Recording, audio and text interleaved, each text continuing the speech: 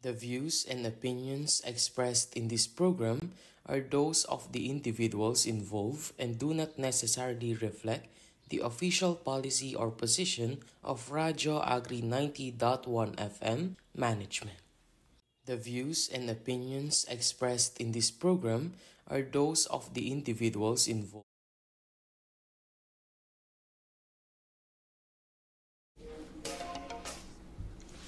Good morning, muli nagbabalik ang programang Wanna Know, your weekly dose of gender power.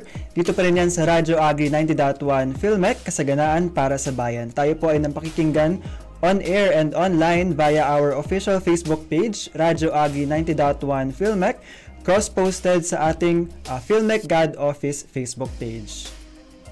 Ayan, at kami po ang inyong makakasama ngayong araw. Ako po si Ella Gadraki. At ako naman po si Alagad Noel, at mula po sa aming programa ay gusto rin po naming ipahatid ang mainit na pagbati sa buong Filmec community na pinangungunahan ng aming Director 4, Dr. Junicia G. Alvindia, our Director 3, Sir Joel Dator, our Interim Director for Research and Development and Concurrent Gender and Development Executive Committee Chairperson, Dr. Nelson C. Santiago, and also to our Interim Director for Extension Support and Training Services, Sir Elijah Davalos. Good morning po sa inyong lahat. At gayon din po ang mga miyembro ng GAD Executive Committee at higit sa lahat ang mga miyembro ng Gender and Development Technical Working Group sa pangunguna ng ating GAD Focal Person, Ma'am Bess G. Magararu. Binabati rin po natin ang iba pong mga ahensya na nangunguna rin sa pagpapalaganap ng mga kaalaman tungkol sa gender and development, gaya po ng Philippine Commission on Women or PCW, and our fellow Godvocates at sa mga nakasubaybay sa ating programa ngayon pong umaga. You can like and follow our official Facebook page, Radyo Agri 90.1 Filmec, Filmec God Office, and don't forget to share our live stream episode this morning. At sa nakaraang episode nga po na pinamagatang Breaking Cycles of Toxic Masculinity in Relationships, ay ating tinalakay ang mga cultural expectations na at paniniwala na minsan nagiging hadlang sa mga relasyon. So yung pagtalakay po natin doon, mga karadyo agri, ay hindi para husgahan yung mga kalalakihan, kundi para mas maintindihan yung mga paniniwalang iyon dahil yung mga ideas ng toxic masculinity ay hindi lang nakakaapekto sa kababaihan, kundi pati sa kalalakihan mismo. Kaya yung ating naging pag-uusap doon, Alagad Rocky, ay hindi para sisihin yung isang gender or sex. So, ang layunin po niyon ay magbigay ng kaalaman at hikayatin ng pagbabago tungo sa respeto at equality, lalo na sa mga relasyon. So, napag-usapan din natin sa previous episode natin noong September 16 na ang toxic masculinity nga ay natututunan. So, kung natututunan natin, pwede rin nating i-unlearn yung mga bagay na yun. At sinasabi nga rin na yung pagbe-break natin sa toxic masculinity doesn't make men less of a man. So, instead, it makes relationships stronger and healthier. Ayan, so sa mga hindi po nakanood or nakakinig ng amin pong recent episode, tinalakay po natin ang mga possible issues or sensitivities pag pinag-uusapan po natin ang masculinity para hindi po tayo makapag-create or maiwasan po natin ang misunderstanding sa part ng kalalakihan. So isa po dito is yung misunderstanding from me listeners sa mga nakinig. Nais po namin ipahatid na some men might feel attacked or think na lahat po ng yung praise na lahat daw po ng lalaki ay tinatawag na toxic. So, to clarify, hindi po ito about sa mga kalalakihan lamang, but tungkol po ito sa harmful cultural expectations. So, toxic masculinity doesn't mean all men are toxic or that masculinity itself is bad. Kasi po, ang masculinity can be positive. Pwede po natin itong magamit sa strength, protection, leadership, and responsibility. Pero nagiging toxic po kasi yung cultural expectations or yung pressures which force men to behave in harmful ways sa sarili po nila at sa iba pong tao. Ganoon din po ang resistance to change. So, some older generations or mga into traditional audiences, makikita po nila na this may seem that we're destroying tradition.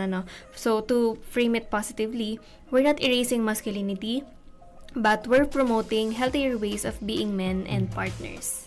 Ayan. So, pinag-usapan din natin mga karadyo agri yung una, dinefine na natin yung toxic masculinity to.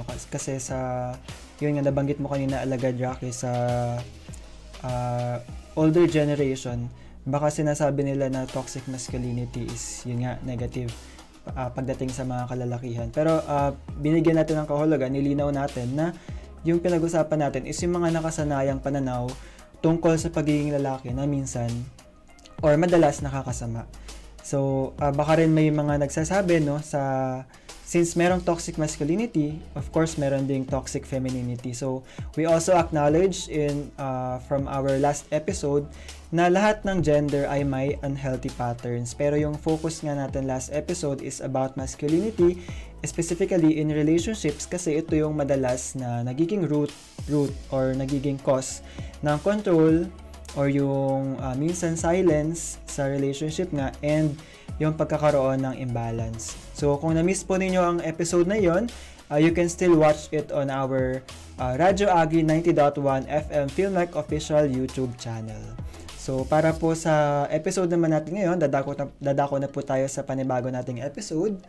So, ito po ay pinamagatan natin na equality as foundation of family development. So, bilang background lang, no, kung bakit ba natin ito napiling topic ngayon, dahil the nation annually observes yung National Family Week. So, we are celebrating or observing yung National Family Week from September 22 to 29. So, this is in accordance with Proclamation number 60 issued in 1992, which declares this period as a time to celebrate and strengthen the Filipino family. So, sinasabi nga na yung National Family Week is not just celebrating togetherness, but also about rethinking and promoting equality. Nandyan din yung inclusivity and yung pagkakaroon ng shared responsibilities at home. Because yung family, kinoconsider natin yung family is the foundation of a just and progressive society. So, kung matatandaan mo rin, Alagad Rocky, no, pinag-usapan natin last episode na sa bahay nagsisimula yung mga bagay, di ba? Kasi syempre doon tayo nag-i-stay lagi. So, sinasabi nga na equality starts at home.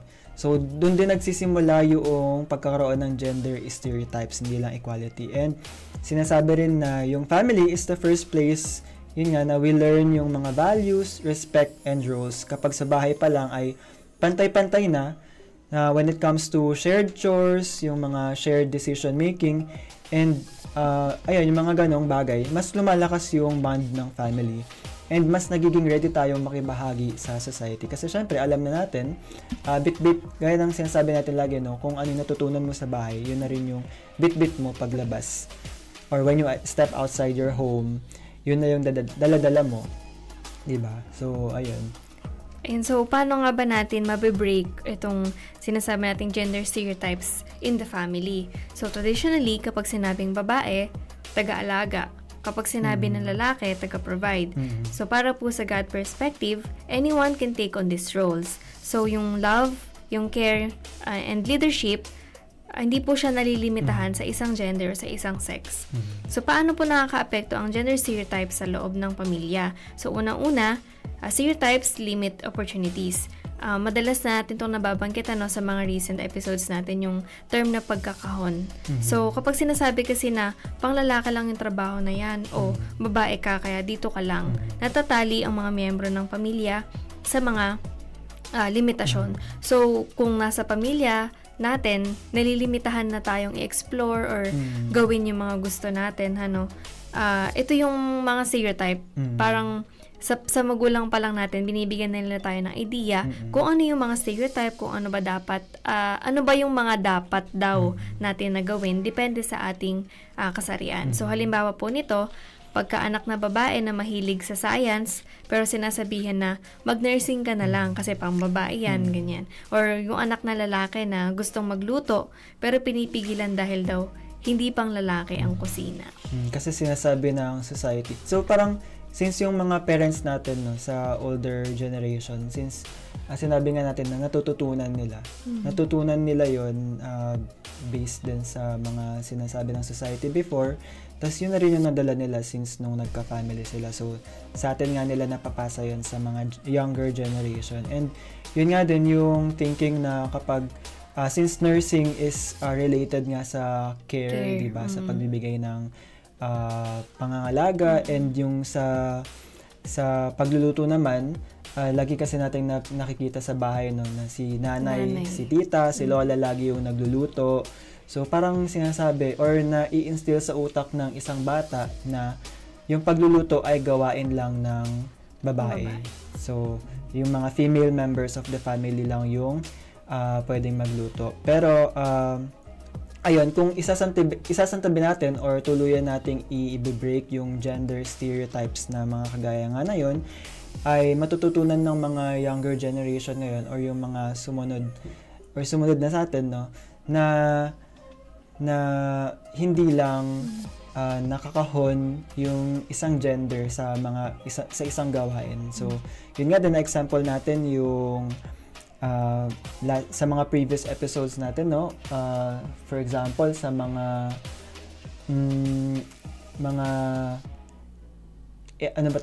ano tawag doon? For example, sa engineering, ganyan. So, dominant yung mga lalaki na pumupunta sa engineering. And ayun, kung naalala mo, si Engineer Arlene C. Joaquin, we featured her previously sa ating One Spotlight. Siya yung isa sa mga example na nag-break ng stereotypes, gender stereotypes.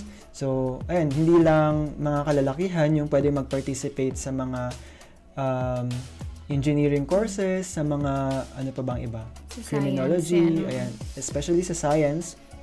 More women na rin yung mga nagpa-participate sa kasalukuyan. Ayan. And ano pa nga ba, no, yung mga ibang epekto ng gender stereotypes sa loob ng pamilya? So, nabanggit kanina ni Alagad Rocky na it limits opportunities.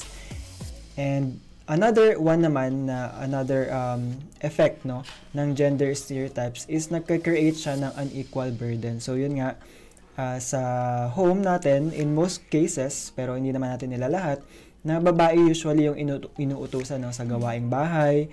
So, yung habang yung lalaki naman, siya yung usually na nakahiga daw. Ayan. So, siguro when it comes to paglalaba, ganyan, paghuhugas ng pinggan, pagluluto, syempre, ang inaasahan natin or yung nakaset na na-expect ng society is babae lagi yung mag-aasikaso sa bahay since siya nga yung ina-expect na mag-nurture or mag-alaga sa kanyang family. And yung male naman, yung male spouse naman yung inaasahan na mag-provide. So, yung mga bagay daw kasi na yun, kapag hindi nagiging patas yung hatian sa mga house chores, ganyan, nagiging source ng conflict at stress. So, for example, ako personally ako kasi hindi ko nakasama kasi yung sibling ko. So, dalawa lang naman kami. So, tatlo na lang kami sa bahay, may parents tsaka ako. So, ako naman syempre automatic, no, personally automatic na ako na yung gagawa. So, regardless kung ano mang gawain yan sa bahay, kung magpaglalaba, ganyan, paglilinis, syempre wala kang choice. Wala kang choice. Ganyan. Pero ikaw ba, Alagad Rocky, personally, sa setting nyo, sa bahay nyo? Isa ako sa naka-experience siguro nung kasi may din ako, may mga kapatid akong babae, may kapatid din akong lalaki. And kaming dalawa lagi nung kapatid ko na babae yung gumagawa ng lahat. Pero so wala bata kami. Pero 'di ba naman yun, parang kusa naman. Pero kasi sa mga sa mga mas matanda na sa atin, usual sa mga 30s siguro or ewan ko, parang pa din. Sige, example ka na nga yung kuya ko. So, parang dati kasi, since kasama ko pa naman siya. So, parang, din, yung mama ko lagi yung gumagawa. Oo, gano'n. So, siguro din, no? Yun nga, personally siguro na instill na rin sa akin yung sa ano ko pa lang sa younger sa yung grade school ko pa lang na realize siguro. Although hindi ko pa alam yung concept ng gender stereotypes or concept nung inequality sa bahay, parang siguro maaga ko na siya natutunan. So, yun din siguro yung isa sa mga pwede ko ring ituro sa mga pamangkin ko, ganyan, or sa mga mas nakababata kong pinsan. So, ayun. Next naman is yung nakaka-apekto kasi din siya sa confidence, no, ng mga kabataan. So, pag lumaki sila na sinasabihan na hindi mo kaya dahil babae ka o dahil lalaki ka, parang nawawala yung tiwala nila sa sarili. So, siguro, example natin when it comes to sports angle, no, sa academics, ganyan, sa mga extracurricular activities. Ina-expect lagi ng mga sa school, sa home, na kapag volleyball, pero nakikita naman natin ngayon, di ba, na kapag volleyball, pantay naman siya, yung male and female can participate sa mga ganitong activities. Pag basketball, ngayon siguro meron pa din yung mga gender stereotypes or gender bias na pag basketball is pang lalaki lang. Pero kudos, no, sa mga schools na meron silang mga basketball activities na for babae na. So, ayun. Parang they can participate freely na sa mga ganong activities. Kasi kapag pinalaking pantay yung male and female sa family, mas nagiging independent sila. So, mas nagiging resilient and open-minded. So, ready na silang makipag-socialize or makibahagi sa society kapag ganun na yung na-instill na thinking sa kanila na kapag nawalang gender stereotypes or gender biases. Ayan, so next po isang reason kung bakit nga kailangan nating i-break ang stereotypes sa pamilya. Kasi po, mas nakakapag-function daw po ng maayos ang isang pamilya kapag walang gender stereotypes. So kapag po lahat ay marunong at may ambag, regardless nga po saan naman yung kanilang gender, mas nagiging magaan po yung buhay sa bahay. So hindi na lang siya nakaasa sa isang tao yung isang responsibility, nababahagi po ito at mas nagiging collaborative ang pamilya. Siguro, aside from mas mapapabilis yung gawain, or mas mapapagaan siya, mas magkakaroon din ng bond, siguro kapag ka nagtutulungan yung members ng pamilya. Siyempre, pag mas maaga mo natapos yung task, ganyan, you can dedicate yung natirang time para kung for example, meron kayong, you can watch movie as a family, di ba? Yung mga ganun. At saka yun nga, nabanggit natin kanina, less conflict. Parang hindi na magagalit lagi si nanay, di ba? O yun din, parang lagi nating sinasabi na yun nga, ina-expect natin na si mama, si nanay, si lola lagi yung mag-aasikaso sa atin. So, minsan, or madalas, based sa experience din natin ng mga kabataan natin, lagi silang galit kasi sila na lang lagi yung gumagawa ng household chores. So, ayun, siguro isa din yun sa mga magiging or mababawasan when we break gender stereotypes. So, hindi na laging galit si nanay. Yes, and share ko lang din isa sa example kasi pati kami magkakapatid minsan nag-aaway. Ayun, like, sinong gagawa nito, magtuturuan, alam mo yun, di ba? Minsan, hindi naman maiiwasan. So, yung para maiwasan nga yung ganitong conflict, magkaroon ng mas maayos na natulungan, ganun, mas ma-build yung relationship together na mag-work din together. Hindi yung isa lang, parang ganun. So, yung iba siguro yung mga modern family ngayon, meron silang mga tasking. So, yun din yung siguro one of the best practices na pwedeng i-apply, no, ng mga modern moms, modern dads na i-apply sa kanilang pamilya. Yun nga, para maiwasan yung mga ganong conflict. Yes. And nabanggit din natin sa ating mga previous episodes na parang nakakahon yung older generation sa idea na ang family is composed of one female, one male na opposite gender. So, inclusivity, siguro dito i-share din natin or bigyan din natin ng spotlight naman yung ibang types ng family. Kasi we have to create or we have to promote inclusivity for all types of families. So, kasi hindi lahat ng pamilya iisa yung structure. So, may mga solo parents. Ako personally, OFW family. And meron din tayong mga LGBTQ plus families and extended families. So, sana ngayong National Week ay, yun nga, pinapromote natin yung togetherness nga, no?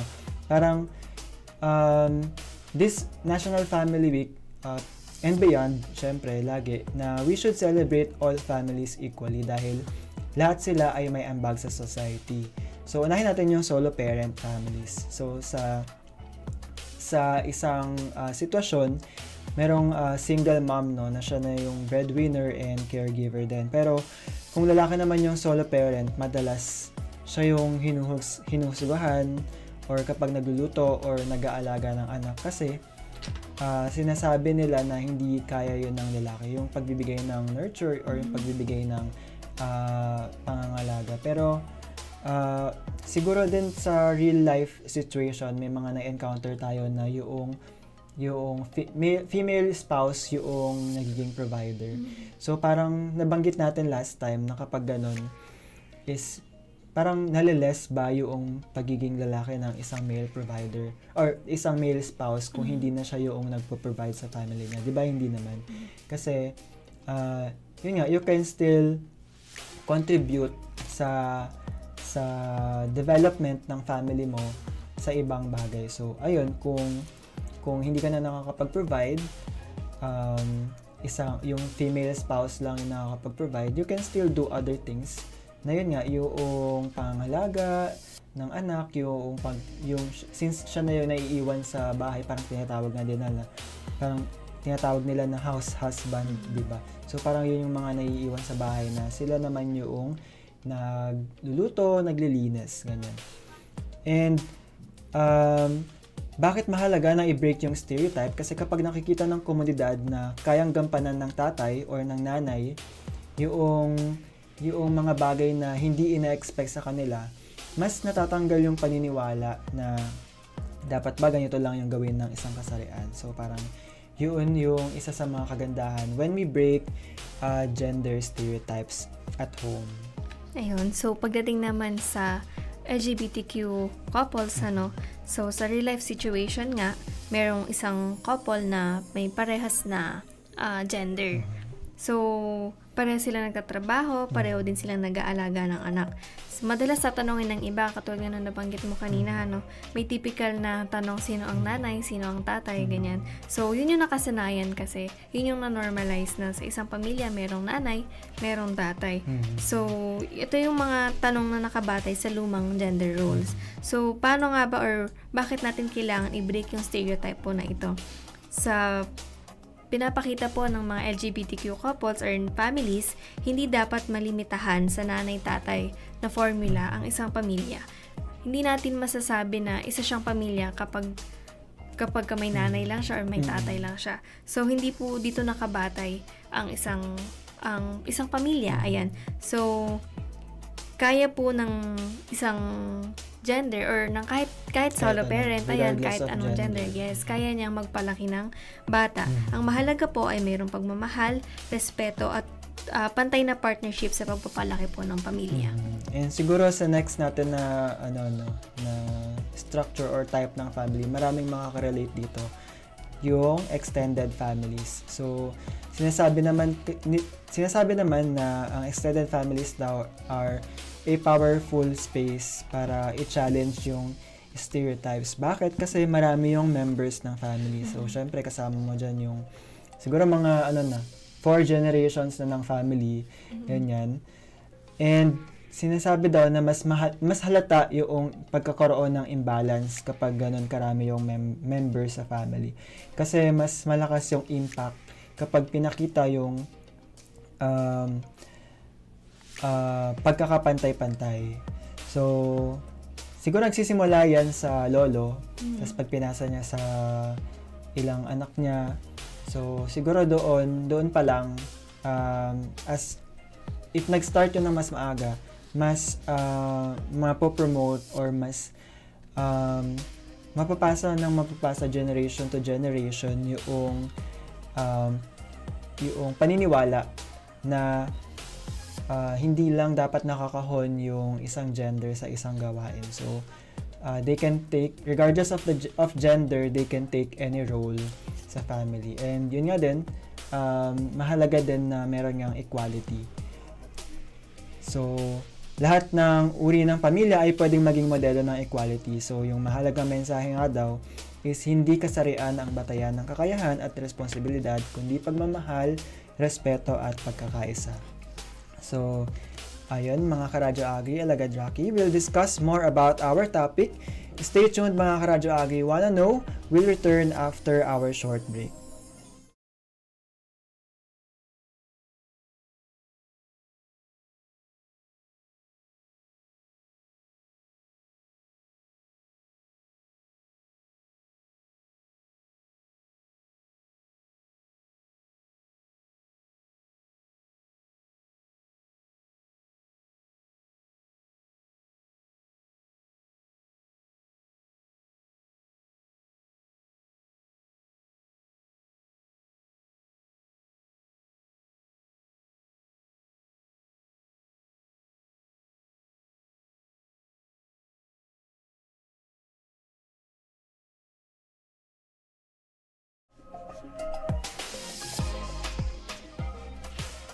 Kayo pa rin po ay nakatutok sa Radyo Agri 90.1 FM, kasaganaan para sa bayan. Ito ang programang Wanna Know, your weekly dose of gender power. Kami pa rin ang inyong host. Ako po si Alagad Noel. At ako naman po si Alagad Rocky. Ayan, nais po muna namin batiin ang mga nakasubaybay sa ating live stream ngayong umaga. Of course, special mention to Ma'am Isis Davalos. Thank you po sa inyong weekly support sa aming programa. And sa iba pang mga nanonood, good morning po sa inyong lahat. And kung kayo po ay may mga katanungan o suggestion, maaari mag-iwan ng komento sa ating comment section o kaya naman ay magpadala ng mensahe sa aming official Facebook page, Radyo Agri 90.1 Filmec o sa Filmec God Office. You can also message us through our text hotline 0962-119-7445. Again, it's 0962-119-7445. And kung may mga na-miss po kayo na episode sa aming programa o sa iba pang mga programa dito po sa Radyo Agri 90.1, you can go to our official YouTube channel at Radyo Agri 90.1 FM Filmec. At ayun nga, no, bilang pagpapatuloy po ng ating programa, ano naman kaya yung iba pang kahalagahan or bahagi ng family when it comes to family development. Ayan, Alagad Rocky.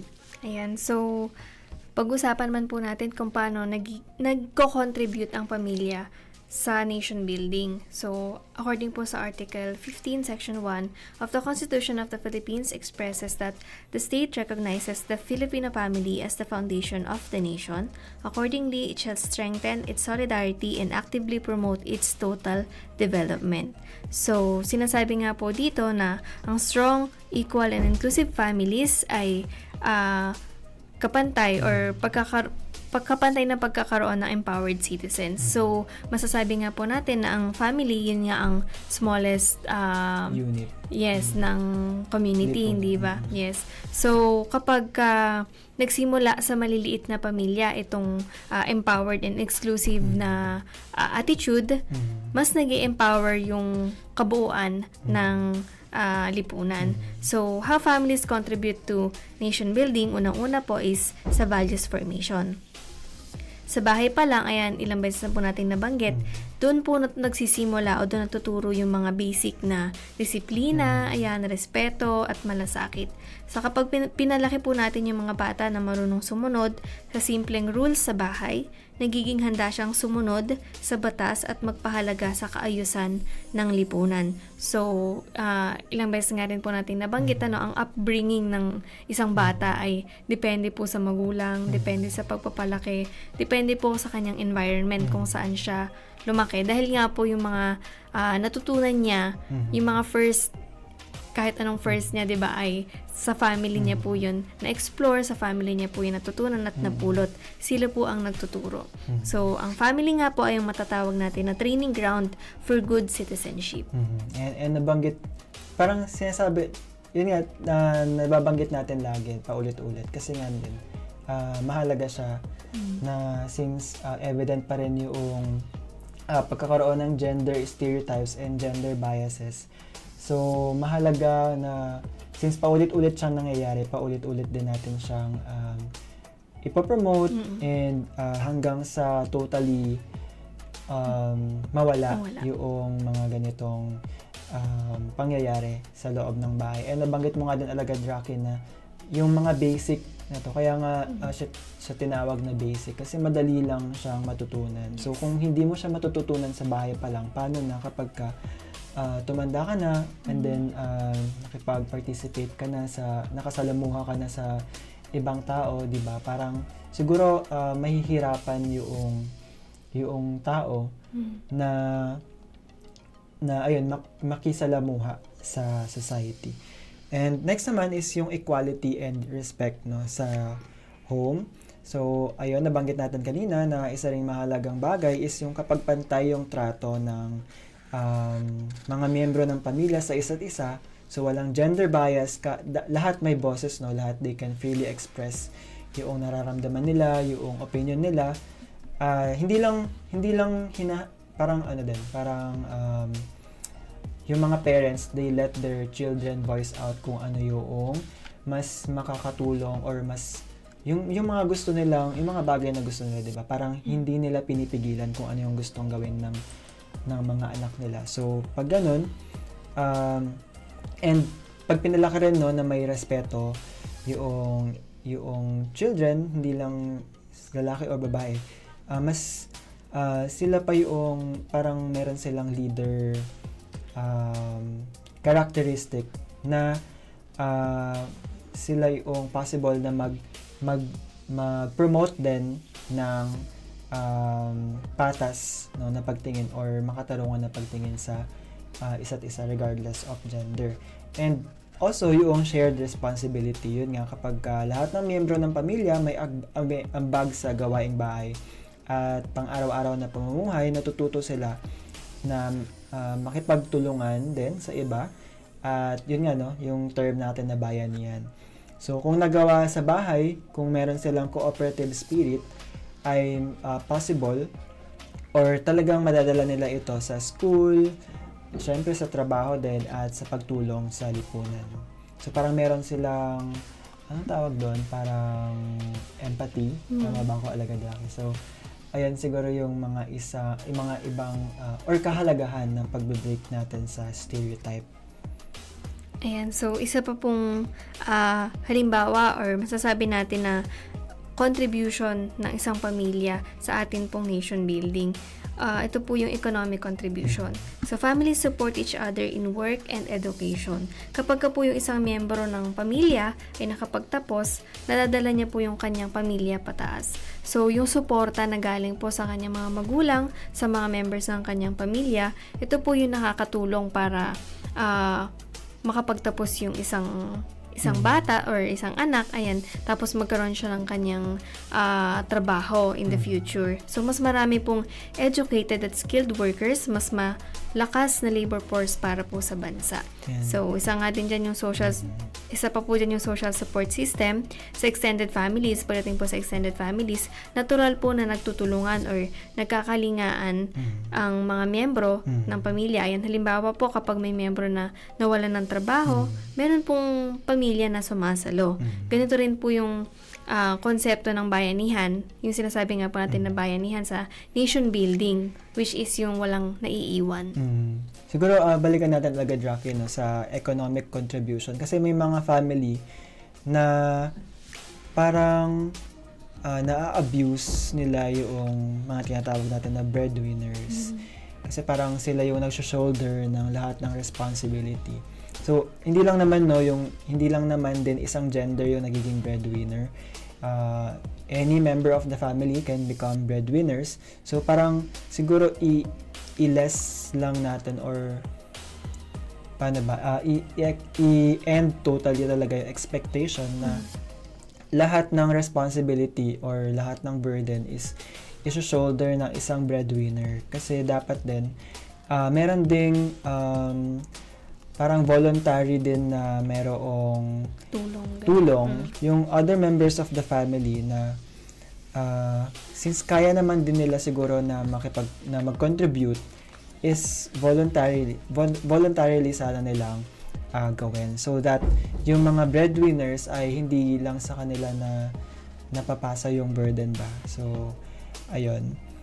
And siguro din sa social support system, meron din kasing mga family ngayon na 'di ba? Parang gino-joke lagi na yung kapag ka-extended family or yung maraming members ng family, parang laging pinag-aawayan is yung merong agawan ba ng lupa. Ganun. So hindi ko alam kung joke lang talaga siya or siguro ay may mga families talaga na ganito yung kanilang situation.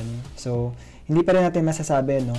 Pero ang mahalaga yun nga is sa ibang family, as long as merong equality, walang imbalance, so siguro doon mas napopromote yung pagkakaroon ng equality.